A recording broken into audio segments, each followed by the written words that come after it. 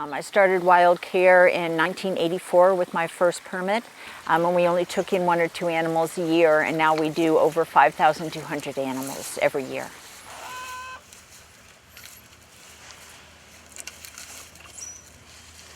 Well, WildCare's mission is to provide people a place to bring any native wild animal that's struggling to survive, with the whole goal of releasing animals back out into the wild. We do have some fundraising events. We just had our annual baby shower last weekend. We had over 1,000 people here that afternoon to see what it is we do, because they're curious. They want to know whether they're little animals that they brought to us, that all they got to see was that corner of the porch, where that animal was really raised and how we do that. So we can really impress people with our outside enclosures and what our capabilities are. So come on this way and we'll check out the eagle enclosure. This red-tailed hawk here came in recently. He has severe feather damage from being electrocuted.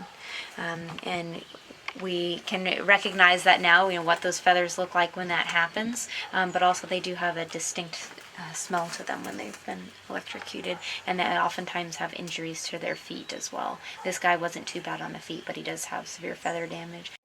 We do work with fawns.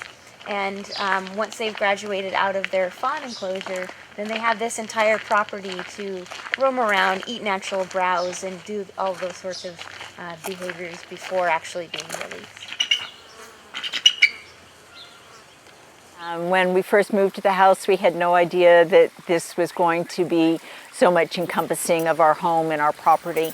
And we just put in one enclosure, and then it was another, and then there was another need. And now we're almost to the point of moving into a 5,000 square foot purpose-built rehab center on WildCare's property.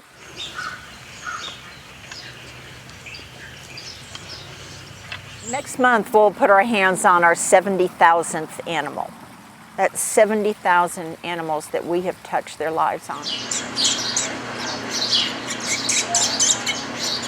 Not have all ended up with release. And that's very difficult, because that's our goal with every animal that ever comes into our care. We had a baby barred owl come in that someone had fed hamburger meat for less than a week, and there's no calcium in it, and it was a baby.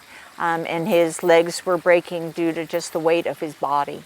And his wings were breaking, and his rib cage collapsed on him due to metabolic bone disease. And that's a baby I had to send to heaven, because someone wanted that opportunity to get to know a wild animal, but it took that animal's life. And I knew what I was into, and I know that your heart gets bruised doing this.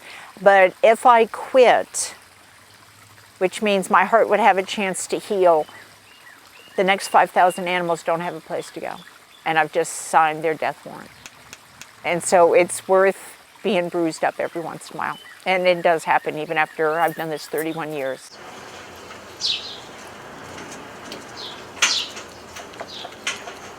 So if I'm having a blue day or having a case that's pretty rough, I'll go out and, cut some willow for the beeves, or go just see what the little owls are doing, and then recognize what I do is incredibly special. What we all do here is incredibly special, and we have an incredibly unique opportunity to give life back to these animals. And I'll do that all day long, even though I get beaten up sometimes.